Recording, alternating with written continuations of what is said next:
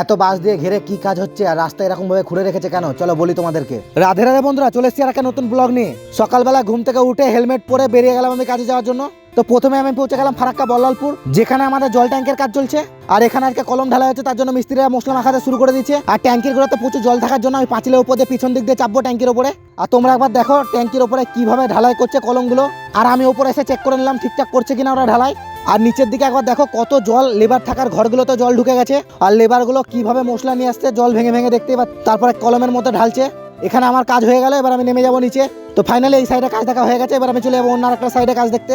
আর প্ল্যান্টের মধ্যে থেকে ট্রাক্টর বেরিয়ে গেল রাস্তার সাইডে যাওয়ার জন্য। তারপরে আমি ভুবনের গাড়ির পেছনে বসে চলে যাচ্ছি রাস্তার সাইডে কাজ দেখতে। আর এই যে রোডটা দেখতে পাচ্ছি, এই রোডে আমাদের কাজ হচ্ছে। এই রোডে পিচ উঠে নতুন করে পিচের রোড হবে এটা। তারপর কাজের ফাঁকে একটু করে আড্ডা মেরে নিলাম সবাই মিলে। আর এই রোডে এখন রোলার করে ডাস মারবে, তার জন্য আমরা ডাসের গাড়ি আসার অপেক্ষা করছি।